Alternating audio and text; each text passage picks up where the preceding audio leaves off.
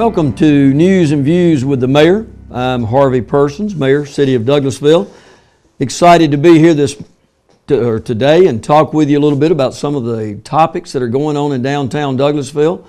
We recently had Congressman David Scott with us at the Chamber Luncheon, and prior to the Chamber Luncheon was able to spend a little over an hour with Congressman Scott, talk about the items and things that are going on in Washington. One of them being a very hot topic and of great interest to the citizens of Douglasville is the Highway 92 widening and extension.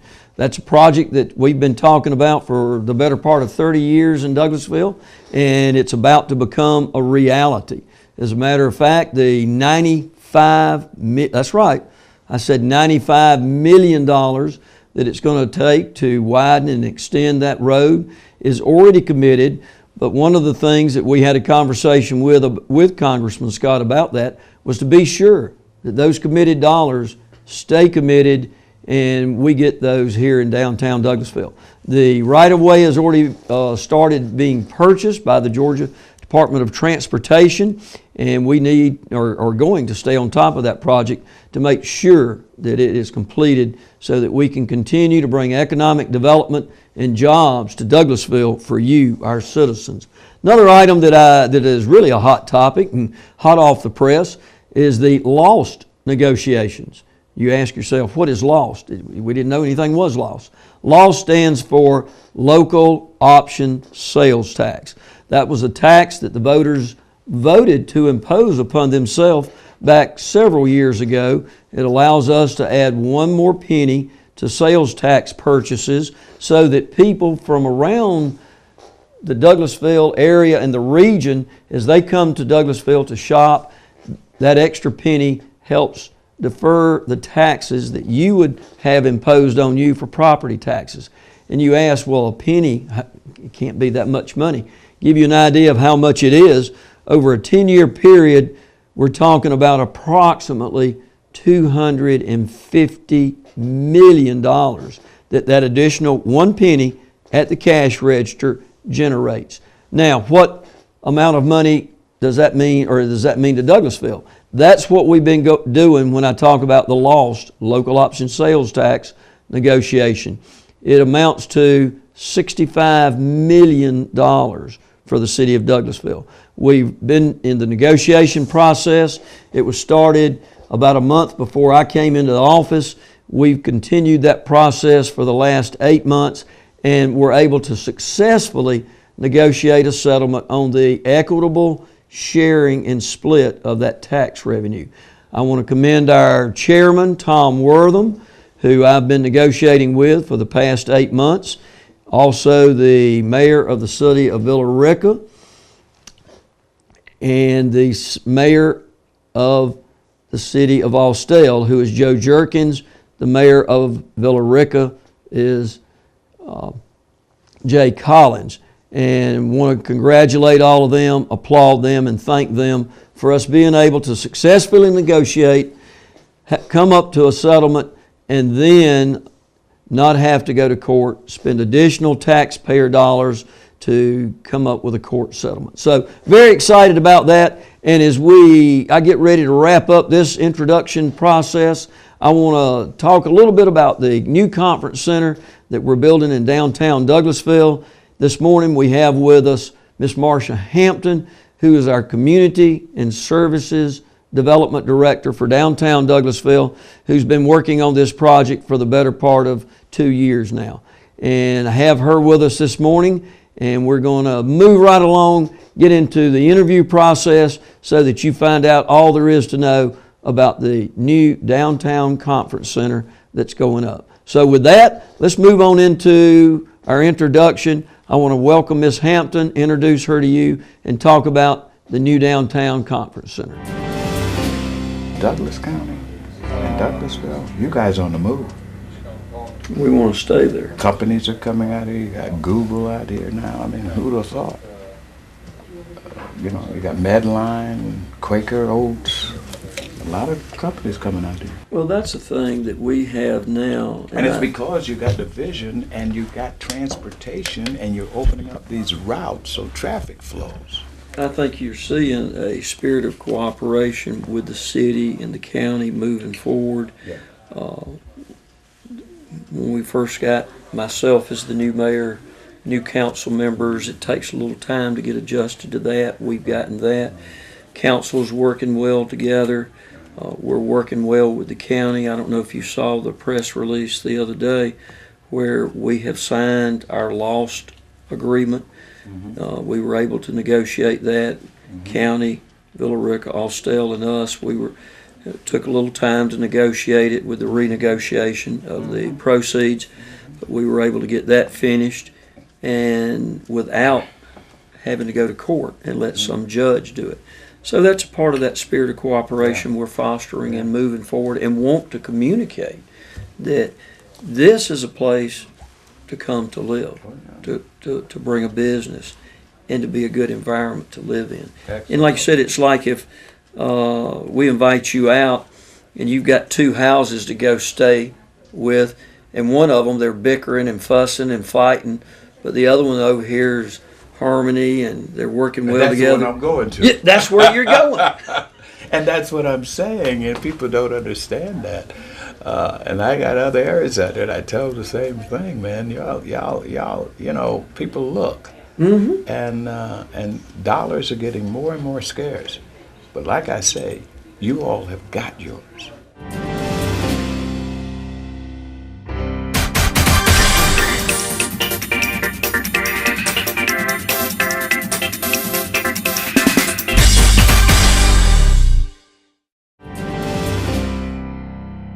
Welcome back to News and Views with the Mayor. This morning we are very fortunate to have with us Miss Marcia Hampton.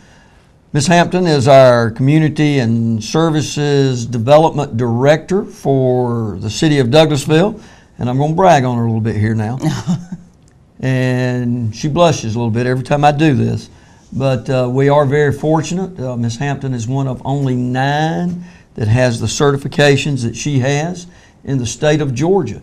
And we're very fortunate to have her here in the City of Douglasville, and what she does for us as far as downtown services, development, and helping us have a beautiful downtown City of Douglasville.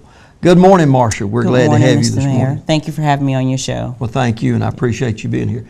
This morning we want to talk a little bit about our new downtown conference center, that if you have been to downtown Douglasville lately, you've seen the facility going up.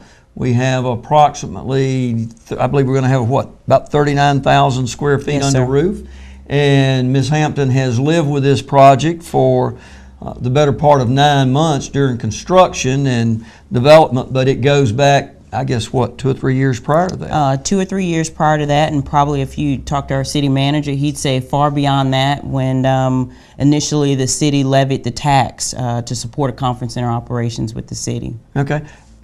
Mentioning the tax, as we get into this and you tell us a little bit more about the conference center and the development of it, talk to us about the tax and how that works, and the fact that the City of Douglasville's taxpayers will not be paying for this conference center. The state of Georgia allows municipalities and county governments to levy a tax, a bed tax per se. So when a customer goes to spend the night in a hotel, there is a tax that we can levy. Every government has a different amount that they levy. We happen to levy 8% here, which is the maximum amount that the state will allow, and that tax goes to support our tourism operations, it goes to support our conference center operations, and then a portion of it goes to the general fund. So property tax dollars, your regular sales tax dollars do not go to support the operations of either our tourism program or our conference center. Okay, so it's the people that will be visiting Douglasville, bringing their whatever type of programs, Correct. Whatever events we'll be Yes, sir. renting out over there, staying in the hotels, that type of thing, that rental cars, and those type of items, as well as the revenue that the center itself will generate. That's what's going to be paying for the retirement of the bonds for this facility. Exactly. The city was fortunate enough about 3 years ago, and that prompted us to really get busy on where to locate the new conference center that we have constructed, that we were able to retire the debt on the existing conference center in 5 years. And we were able to do that by the hotel motel tax revenues that we were able to collect, as well as the payment for rental of the facility. We did not use any general fund dollars to pay off that debt. We used that entirely through activity fees, the hotel motel tax dollars. So once we were able to retire that debt, the state doesn't allow you to just stockpile the money. Oh, okay. So we had to get busy if we wanted to continue to be in the conference center business, to come up with a plan for a new facility, something that would be far more sustaining than what we have. The facility that we have now is very nice, but as you know, it's not really a conference center. Right. I mean, it really just serves as a meeting room. So 3 years ago, we worked hard at trying to figure out how do we actually build a conference center with the revenues that we would be able to collect. And that brings us, I guess, to the next question then, and you talk about the difference between the conference center that we call a conference center now and what we're currently building. What are the differences? What will we be able to do with the new facility that we can't with the one that we currently have? For those folks who've been in the existing facility, it really operates and functions as one room. It's 10,000 square feet. It has a warming kitchen, and then there is a small meeting room adjacent down the stairs, and you can divide the room up. But for those folks who've traveled and been to conferences, conference centers are not set up that way. So we've done our best over the course of the last 10 years at making it work. Right. But what folks will see in the new facility is really what a conference center is. It's a ballroom that's going to be divisible by 5. That banquet style seating, you will be able to seat 560 folks. You will also have an auditorium that will seat 156 people, as well as 3 auxiliary rooms that at maximum capacity, the largest room will be able to accommodate 125 people. We will also have a boardroom that accommodates 15 and 2 pre-function areas. So when I talk about pre-function areas, I mean areas that the gathering before you get into the meeting. So essentially, we could actually have 2 large meetings going on and serving separately, one being serviced off of Price Avenue, the other off of Church Street. So we really will be in conference center business once the new facility opens up. Very good. Well, we're going to have the capacity to have all these people. Where are we going to park them? Well, there's a parking deck. Okay, And tell me about that. And as you know, parking is always an issue in downtown. Right. Always. Folks are always complaining there's never enough parking. The parking deck is constructed now and will be opening soon, October 1st. Going to have a ribbon cutting, I understand. Going to have a ribbon cutting at 11 We'd like to a.m. invite everybody to come to that. 11 o'clock, October the 1st. That's correct. Downtown Douglasville. And promptly after that, you'll be able to park in the deck. 300 cars and by way of the elected officials for free. So that's huge, and most folks know you can't park too many places in Metro Atlanta for free. Right, and that's something I would like to take a note on also, is that what we're wanting to do is bring people to downtown to experience all that downtown Douglasville has, and like you just said, we're going to have free parking. So we would encourage you to come on down, shop, eat, take advantage of all the great events that we have in downtown Douglasville.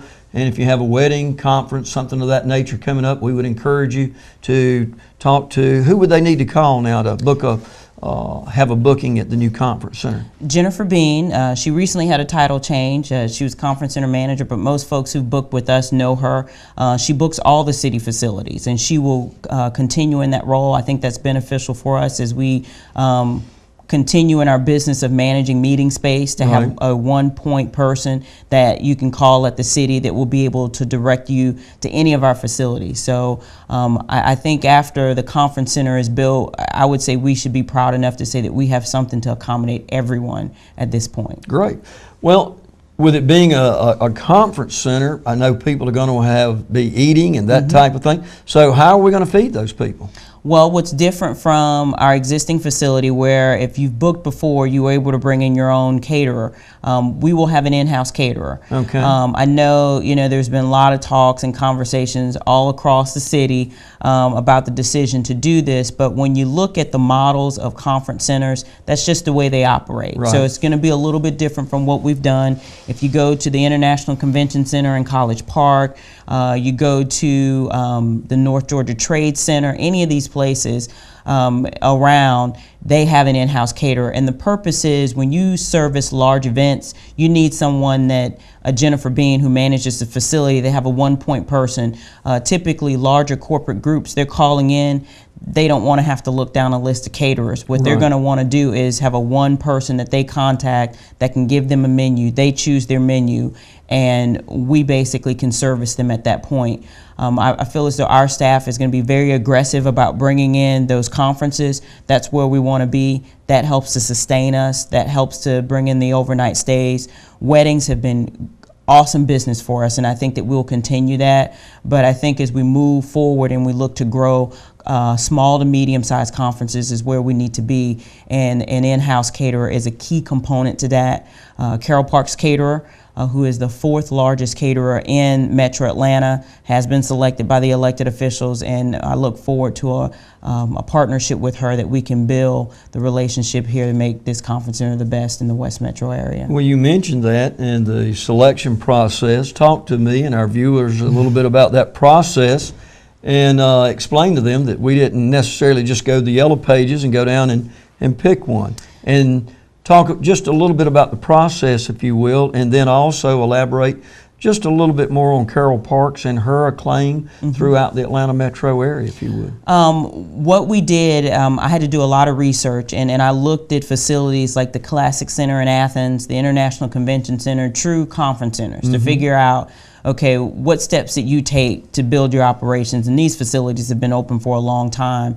Some may be larger, but the model is the same. I got copies of their request for proposal where they solicited bid proposals from catering companies that would be interested in being the exclusive caterer for our facility. I took their information, tailored it to us and to our needs. We put that bid out. We got responses and proposals from a few companies. We did it a couple times, and we had to do that to get it right. This is the first time that we're doing this, and you want to put your best foot forward. Finally, we got a proposal that we felt like was strong for us. Carroll Parks responded, and ultimately she was selected based on the criteria that was put together for the caterer that would ultimately be our exclusive.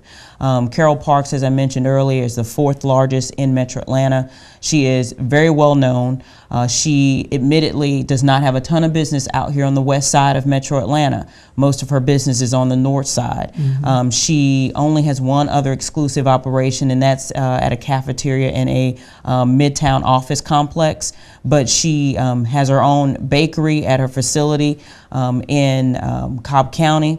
She is looking to come here to build her business on the west side. We are looking to build a partnership with her. I will say that as we're putting out our proposals recently, when I mention her name, folks know of her. Right. So she's not someone that's not known all over. I think this is a huge opportunity for our side of Metro Atlanta to get to know her. She has a quality product, and I think that people will be pleased. And this is a partnership that I'm looking forward to maintaining. Right, and really along the selection process, like I jokingly said, we didn't go down through the yellow pages and just pick a caterer.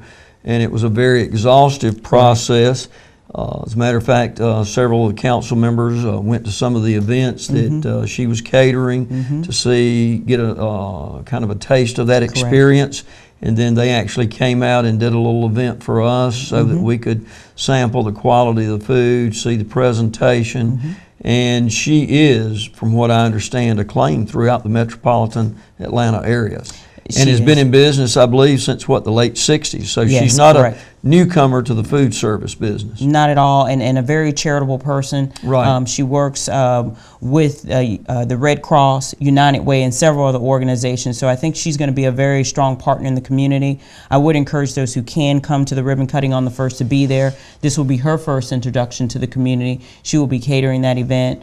And I think that when folks come out, they'll be very proud of what the elected officials were able to do in selecting her. I think she's a very good fit for us.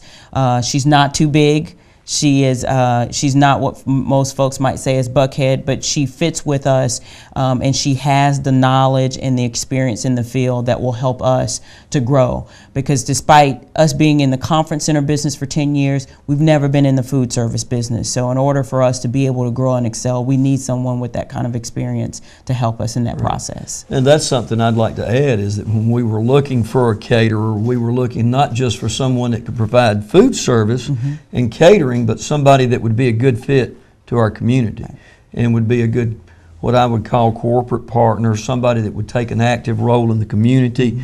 And during the interview process, as you well know, that was some of the things that we talked about. We found that they were very charitable, they participated well in the community, and we felt like not only for the professionalism that they brought to the community, but they would be a good community partner, Yes, sir. which is to me very important and what we look for with anybody that we want to do business with. Well, let's talk a little bit more about the conference center, and how about events? Have we booked anything yet? Well, we do have several events and weddings reserved for 2013. We haven't solidified those via contract only because of the food service, and we should have that wrapped up by September 1st. So those weddings and those folks and anybody looking who've contacted Jennifer, they just have to make their arrangements out with Carroll Parks. But we are in the bid process for the Chamber of Commerce, their annual banquet. Right. We know that for those folks who are chamber members, we know that their event has been hosted at the Center at Arbor Connection, and to be fair for everyone who's there, I think Carroll Parks is now a member of the chamber as well as the Center at Arbor Connection. So to be fair to those members, we're going through the bid process, and we want to be able to do that. So we should probably know whether or not we got that bid shortly. The Turkey Confederation Banquet, we have booked that event in the new facility. We had a church that contacted us the moment that we decided to break ground and say they wanted the auditorium for 12 months. So that contract has been signed. So they will be in the auditorium for 12 months. And surprisingly, when the economy had a downturn, weddings kind of dropped off. I guess people weren't spending as much money on weddings as they were in the past. But the church business peaked. Can't explain why. Maybe because people, while the economy was going down, faith was getting a little bit stronger, and that's a good thing. That's an awesome thing, and more people were taking a leap of faith and deciding to start their own church. So what sustained us for a long period of time and continues to do so are startup churches. Right. So it's not surprising to us that the moment that we decided to break ground, that a church would be in line to take hold of that auditorium. And we haven't got the official notice, but the Georgia City County Managers Association meeting should be here next fall as well. So when I talk about conferences, those are the types of conferences that we're looking for. And we are excited to say that a really big one for us next April, we will have a 10-day religious conference. So for hoteliers, that's 10 days of folks staying in your hotel. And this is a regional conference, so it's not just people driving in. These are people flying into the airport and staying in our hotels. And that's huge business for us. Let's talk a little bit about that and back up a little bit about paying for this conference center. And for the viewers, let them know, but I know you already know because you and I were having this conversation back last June when I was campaigning about how are we going to pay for this. And I believe I even made the comment, we'll revisit this. That's right. And I felt confident enough at that time, and even more confident now that I've gotten to know Marcia and her abilities as far as marketing this facility, that we will be able to fill it up and keep it rented so that those tax revenues that are generated that are going to pay for it. And not only will it help pay for that, but it'll be a boom for our entire community. Right. The restaurants, the shops, the regional mall, the hoteliers, a lot of people that depend on the revenue that's generated from tourism. That's correct. We have a tremendous amount to offer here in our community. This new facility is certainly going to be an asset to that. We're excited about it, and I want to thank you for all of your hard work because I know you've put a lot into it. And I think we're going to have a great facility across, well, I don't think, I know. We're going to have a great facility across the street. There's a lot of hard work that's gone into it, and I would encourage all of our citizens to come down, take a look at it, walk the streets of downtown Douglasville, see what we have to offer. We invite you to come early, stay long, and come often. And Marcia, I want to thank you for coming in today, giving us your thoughts and sharing with what you've done to help make this a success across the street. And just want to thank you and applaud your efforts as well as all the other city employees that have taken a very active role in helping bring this project to completion, which I believe the first event we're going to have is what, the employee appreciation It's our luncheon? That's correct. Our annual employee appreciation luncheon. We want to make certain if there are any hiccups, it's on our own time. There you and go. not on anybody else's. But I think we'll do well. And I think, Mr. Mayor, you say this all the time. The one thing I'll add is when you think about the conference center, folks should realize this is an opportunity for people who've never been to Douglasville to get to experience Douglasville and downtown. It's huge. It's a huge opportunity for us. Let's throw in one other thing. This is a little bit of an aside before we get ready to close, but we have a new app. That's right. Tell our viewers a little bit about that, and we'll have some of that information on, and they can go and pull it up and look at it. For those who have smartphones and they like to pull down apps, there has been an app that's been created just for Douglasville. Right. Our tourism director, Randy Miles, has been working with a company called Populous, and they've designed the app specifically for us. It pulls up Douglasville information, our hotels, our restaurants, anything that you want to know. So for those folks who are coming in, you pull it up on your smartphone, iPhone, and actually I think we were at a meeting just recently and the gentleman was there and he said the App Store just has it. So you go down, it's free, you can pull it up. Just like the parking. Just like the parking. And it's amazing. And to know that Douglasville has an app, that's huge. We're growing. That's right. Like I said, when I first campaigned, I talked about all the things that we have to offer in downtown Douglasville and within our community, and talked about statewide, nationwide, and globally. And this gives us an opportunity to put it out there to the world, what Douglasville has to offer. We're going to have a world-class facility across the street. We have a lot of attractions to attract people to Douglasville, to Douglas County, and this is just another example of what we're doing to promote it, to help make it be one of the premier places in America to live, work, play, raise a family in a safe community that we're all very, very proud of. And you play a very important part in that, and I thank you for being here and look forward to working with you more on it. Thank you very Mr. much. Mayor. Thank you.